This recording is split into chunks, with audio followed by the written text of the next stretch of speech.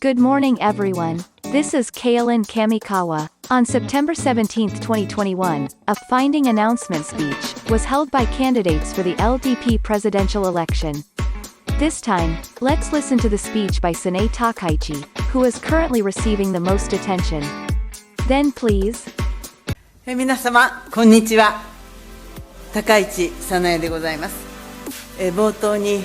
感染症や重病、また相次ぐ災害、事故や事件によって大切なご家族を亡くされた皆様の深いお悲しみに思いをいたし、心よりお悔やみを申し上げます。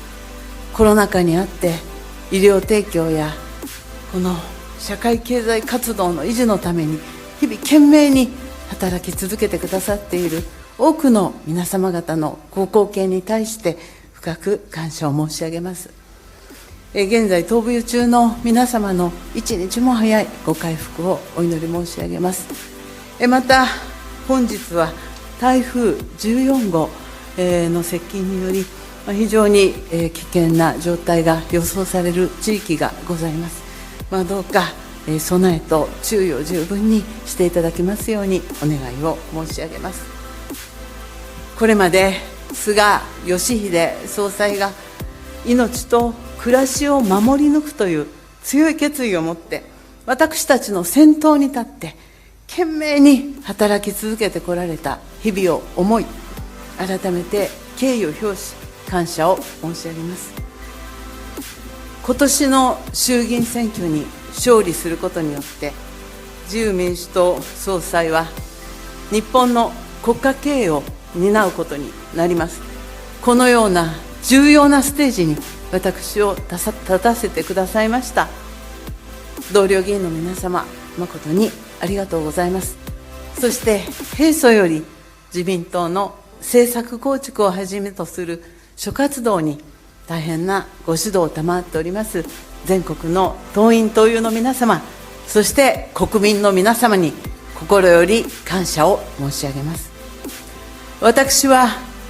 日本を守る責任と未来を開く覚悟を胸にこの自民党総裁選挙への立候補を決意いたしました。私は国の究極の使命は国民の皆様の生命と財産を守り抜くこと、領土、領海、領空、資源を守り抜くこと、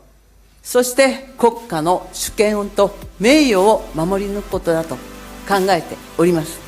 この使命を果たすために私のすべてをかけて働くことをお誓い申し上げます。ちょうど本日9月17日は19年前に日朝首脳会談が行われ、初めて北朝鮮が日本人の拉致を認めた日でもあります。大切な日本国民を取り戻すために、これからも自由民主党一体となって力を合わせて懸命に取り組んでまいりましょう。まずは現下の困難を乗り切らなくてはなりません。新型コロナウイルス感染症につきましては、特に治療薬の早期投与による重症者と死亡者の数の極小化、そして自宅療養されている方の数を減らしていくこと、可能な限り減らしていくこと、そして国産ワクチン、国産治療薬の早期開発と生産設備への投資、また飲食、観光関連のみならずサプライチェーン全体に及ぶ多くの事業者の皆様の経営基盤を維持して雇用を守るための大胆な財政支援、これらの取り組みを重点的に行ってまいります。アメリカの会計年度というのはちょうど昨年の10月から今年の9月までという年度でございますが、アメリカでは2021年度においてコロナ危機対策として約693兆円もの巨額の財政出動を行っています。それでも政府の税収は約395兆円増大をしています。私はコロナの収束後も見据えた日本経済の立て直しに向けて急いで対策を講じます。経済対策につきましては、後ほどまたご説明を申し上げます。私は日本を守るために、自然災害、感染症や重病、また食料安全保障、テロや凶悪犯罪、サイバー攻撃、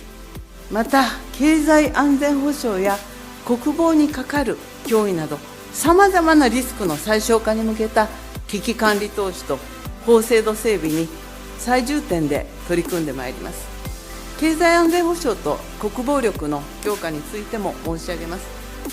機微技術、先端技術、そして重要物資、また個人情報の流出を防ぐために、経済安全保障包括法を制定し、秘密特許やまた一定の外国人研究者のスクリーニングを可能とする法整備を行うことを検討いたします。今年2月に施行された中国海警法に対応できるように、海上保安庁法の改正に取り組みます。また新たな戦争の形に対応できる国防体制を構築いたします。このゲームチェンジャーは、衛星、サイバー、電磁波、無人機、極超音速兵器だと考えております。敵基地の無力化、なかなか困難な取り組みではありますが、これを可能とするための法制度整備、また訓練と装備の充実、また防衛関連予算の増額を行ってまいります。また海底ケーブル、衛星の防御、しっかりと行ってまいります。私は未来を開くために、雇用と所得の増大につながる大胆な成長投資、また分厚い中間層の再構築に資する税制、人材力の強化、全世代の安心感創出に資する諸政策を力強く実行してまいります。特に税制では育児や介護をしながら働いておられる方、非常に多くございます。ベビーシッターや家政師の国家資格化、これを前提にして税額控除を行える仕組みを構築したいと存じます。また麻生内閣で検討されていた給付付き税額控除、また災害損失控除、こういったものの導入を目指しております。コロナ禍にあって、昨年中には就業者の約3分の1がテレワークを経験し、また東京23区内では20代の若い方々の約 35% が地方移住への関心を高められました。本社の地方移転を検討しておられる企業も増えてまいりました。また地方にキャンパスを探しておられる大学もあります。地方としてはこの移転を希望してくださる人材や大学や企業を受け入れる環境をしっかりと整えていかなければなりません。日本全国どこに住んでいても安全に生活することができ、必要な福祉や医療を受けることができ、質の高い教育を受けることができ、そして働く場所がある、こんな地方を増やしていくことによって緊急時のリスク分散にもなりますし、何よりも豊かな地方経済への道を開いていきたいと考えております。私は有事の経済政策として日本経済強靭化計画を掲げ、経済を立て直します。第一に金融緩和でございます。で、第二に緊急時の機動的な財政出動で、第三に大胆な危機管理投資および成長投資でございます。この3つの政策を総動員して、まずは物価安定目標 2% の達成を目指します。日本経済が軌道に乗るまでには、時限的にいわゆるプライマリーバランスを凍結させていただき、戦略的な財政出動を優先いたします。プライマリーバランスが赤字であっても、名目金利を上回る名目成長率を達成したら財政は改善します。超低金利の今がまさに大胆な取り組みを行うチャンスの時でもございます。危機管理投資、そして成長投資の恩恵というのは将来の納税者にも及ぶものでございます。そして強い経済というのは全世代型の社会保障をしっかりと維持すること、また科学技術力や外交力の強化、さらには豊かな教育の実現にも資するものでございます。私の政策の中で、特に大きな財政出動を伴う政策というのが3番目の大胆な危機管理投資、成長投資でございます。この産学官の力を結集して急いで着手するべき危機管理投資の例をいくつか挙げさせてください。自然災害が激甚化しています。水害、土砂災害、そして耐震化対策の促進、また送電網、通信網の強靭化、それからこれからどんどん厳しくなっていくであろう気候に耐えうる新たな土木、建築技術の開発、これを急いでまいります。また気候変動の中、農業の環境も変わってまいります。この新たな環境にしっかりと耐えうる食料安全保障体制の構築、そしてまた新技術を大いに活用した農林水産業の展開も急いでまいります。今、海外の送信元から日本に向けたサイバー攻撃の数でございますけれども、私たちの4年前の衆議院選挙の頃には、だいたい1日あたり平均して3億9000万回でございました。ところが昨年の1月1日から12月31日までのパケット数を365で割ってみますと、直近の数字ではなんと1日約13億6600万回、これが海外から日本への攻撃です。で、私は国民の皆様の大切な命や財産を守るために、特に医療、航空、鉄道、また電力、ガス、水道、また金融、クレジット、こういったさまざまな分野についてサイバー防御体制の樹立を急いでまいります。また情報を安全にやり取りする量子暗号通信技術の研究開発と社会実装も急ぎます。そして高度セキュリティ人材、何よりも必要でございます。この人材育成についても懸命に取り組んでまいります。またデジタル化の進展によりまして消費電力が増えていく、特に2030年に約30倍になる可能性があるという予測が出されております。こうなりますと省電力化研究の促進と、それから電力の安定供給体制の確立というものが非常に重要です。早急に着手をしてまいります。約10年後から大量廃棄が発生する初期型太陽光パネル、この処分、これを考えますとセレンや鉛による土壌汚染ですとか、表向きに置きますとそのまま取り外しても発電は続けてしまいますので、感電の危険性というものがございます。安全な処分ルールの策定とか、アルミの部分はリサイクルできるんですが、非常にリサイクルが難しい、部分もございますので、このリサイクル技術の開発も必要でございます。まだ様々ございますが、これらのリスクの最小化、これに資する危機管理投資っていうのは、もちろん国内でも雇用を生み出します。富を生み出します。しかしながら、同じ課題に悩む諸外国への製品サービスの展開によって、これはまた成長投資にもなってまいります。このほか、成長投資といたしましては、日本に強みがあるロボット、マテリアル、また電子顕微鏡、量子基盤技術、電磁波、アニメ、ゲームなどさまざまな分野がございますけれども、やはりこの技術成果の有効活用、また人材育成、そして国際競争力の強化、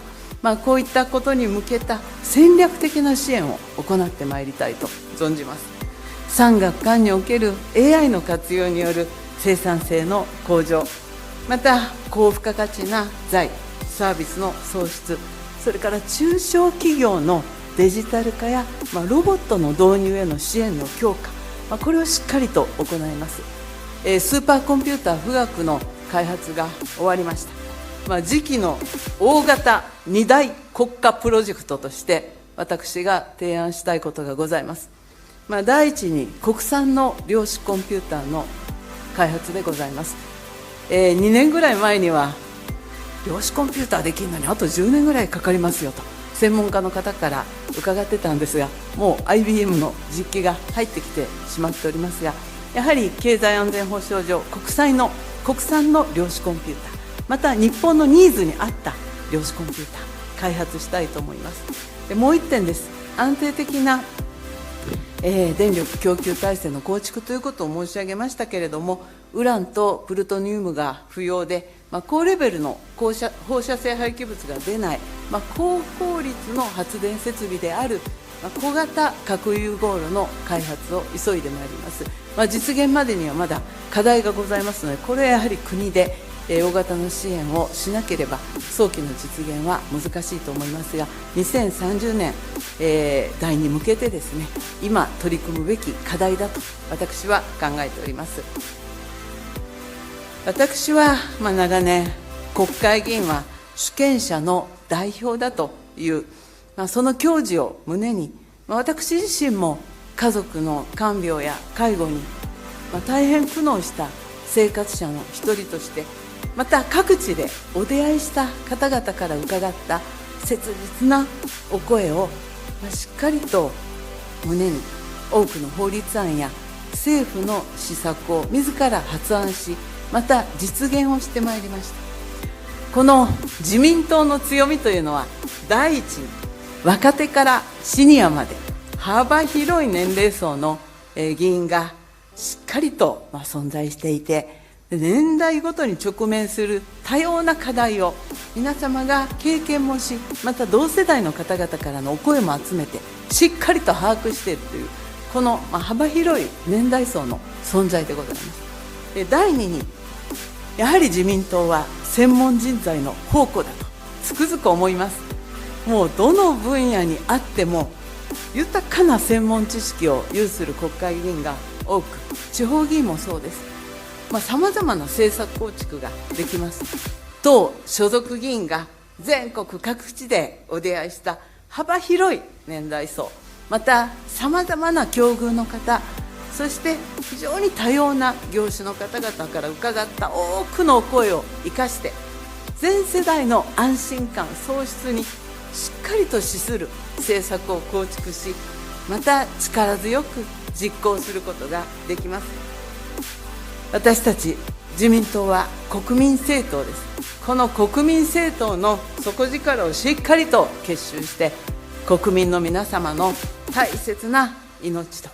安心安全をお守り申し上げます。私は今を生きる日本人と次世代への責任を果たすために、技術革新や安全保障環境、また社会生活の変化など時代の要請に応えうる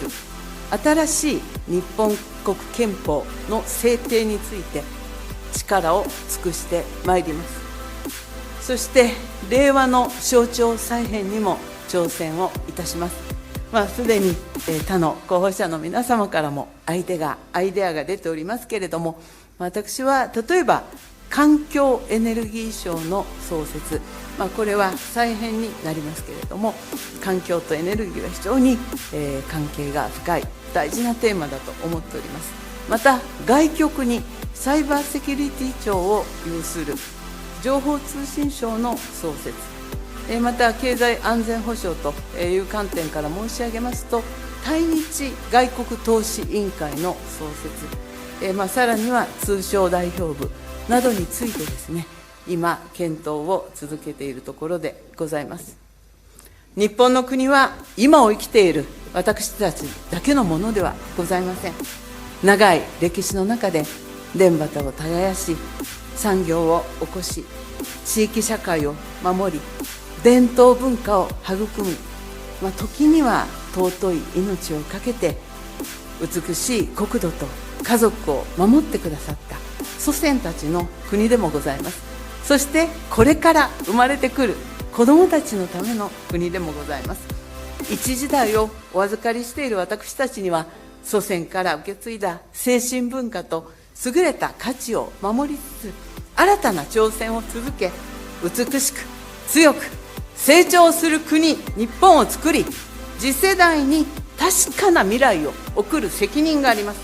私たちなら必ず成し遂げることができます。私は日本と日本人の力を信じております。共に頑張ってまいりましょう。ありがとうございました。